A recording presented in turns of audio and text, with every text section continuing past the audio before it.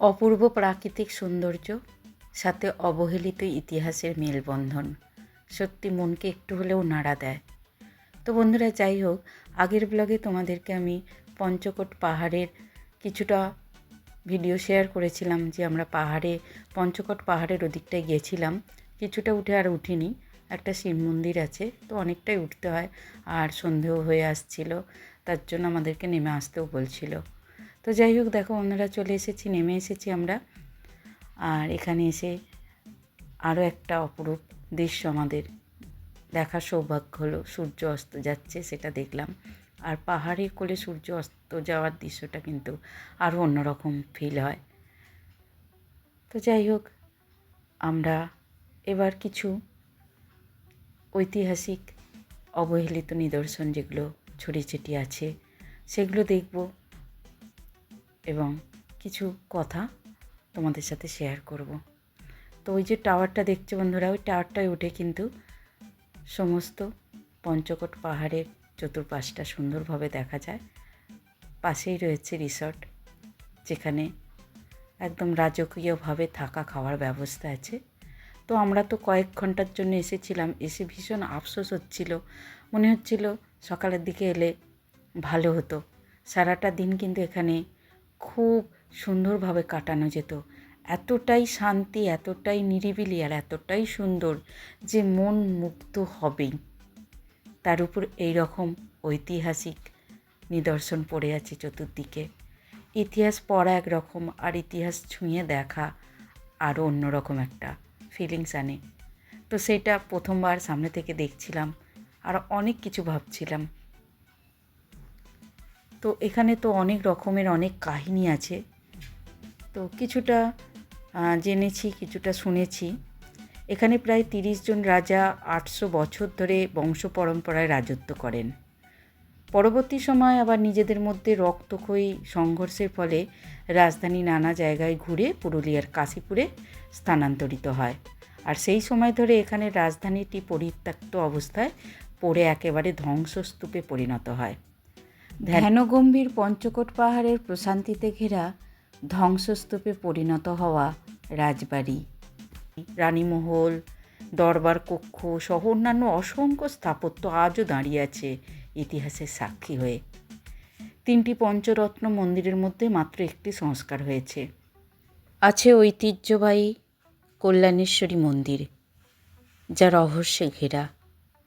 চারিদিকে পাথরের তৈরি প্রাচীর দিয়ে ঘেরা একসময় রাজধানী, যা আজ কেবল ধ্বংসস্তূপ। তো সন্ধে খুবই তাড়াতাড়ি নেমে আসছিল, চারপাশ অন্ধকার হয়ে আসছিল আর পাহাড়ের অন্ধকার খুবই গাঢ়। তো যাই হোক বন্ধুরা, এই যে একটা পাতকুয়োর মতো দেখালাম, তো এটারও একটা রহস্য আছে, কাহিনী আছে। তো সেই কাহিনী এখন বললে আমার ব্লগটা অনেক বড় করতে হবে।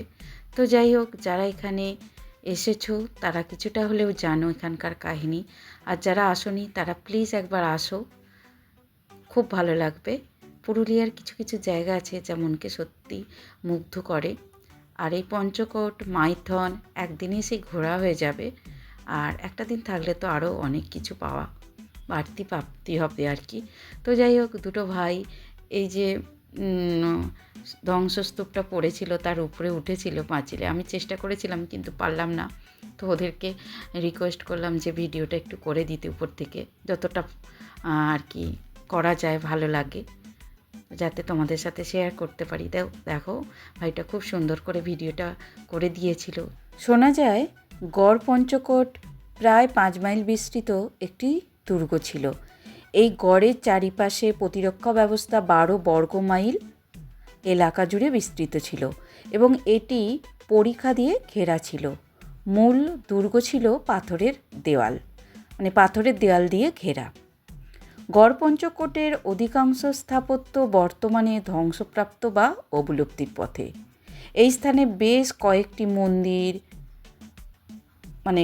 কয়েকটি মন্দির আছে যেগুলো প্রায় এখন ধ্বংসস্তূপে পরিণত হয়েছে। তো এই হচ্ছে কাহিনী এখানকার। আর রাজাদের কাহিনীগুলো তো ছিল আরও অন্যান্য অনেক রহস্য দিয়ে ঘেরা। গড় পঞ্চকোটের সর্বাপেক্ষা উল্লেখযোগ্য মন্দির হলো একটি, সেটি হলো পঞ্চরত্ন টেরাকোটা মন্দির আর কি, দক্ষিণ ও পূর্ব দুয়ারি রাস মন্দির। মন্দিরের গায়ে ফুল ও আলপনা নকশা ছাড়াও খোল, করতাল ইত্যাদির আর কি নিত্যরত মানবীর মূর্তি খোদাই করা ছিল আর কি। সবই এখন ধ্বংসস্তূপে পরিণত হয়েছে, শুধু রয়ে গেছে তার কিছু চিহ্ন। এই চিহ্নগুলোই কিন্তু যুগ যুগ আগে ঘটে যাওয়া ঘটনাগুলোর যে ইতিহাস তৈরি হয়েছে সেগুলোকে মনে করিয়ে দেয়। সত্যি একটা মায়াবী আমেজ আছে জায়গাটার মধ্যে। তাই বলছি বন্ধুরা, তোমরা যারা ঘুরতে ভালোবাসো, ইতিহাস পছন্দ করো, তো তারা আসতে পারো, একটা ফিল পাবে ঐতিহাসিক। তার সাথে এত শান্তি না জায়গাটার মধ্যে, কি বলবো। আমরা সারা দিন যারা সব সময় কাজের মধ্যে ব্যস্ত থাকি, চিৎকার কোলাহলের মধ্যে থাকি, তাদের ক্ষেত্রে কিন্তু এই জায়গাটা একটু হলে মনের প্রশান্তি এনে দেবে একদম।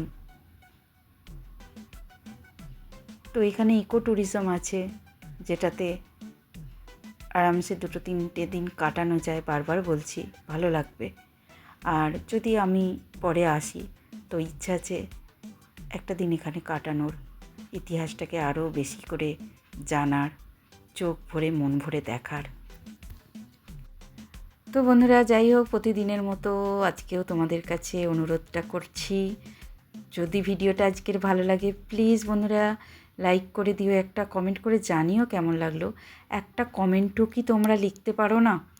একটা লাইকও দিতে পারো না? এত কষ্ট করে ভিডিও বানাই, প্লিজ দিও। একটা লাইক কমেন্ট করলে কি হবে বলো, একটু আমার ভিডিওটা রিচ বাড়বে, এই যা, আমি খুশি হব। তোমাদেরকে তো এত আনন্দ দেওয়ার চেষ্টা করছি। তো যাই হোক, যারা চ্যানেলে নতুন এসেছো, বন্ধু হয়ে নতুন, প্লিজ চ্যানেলটা সাবস্ক্রাইব করে দিও, আমার পাশে থেকে যেও।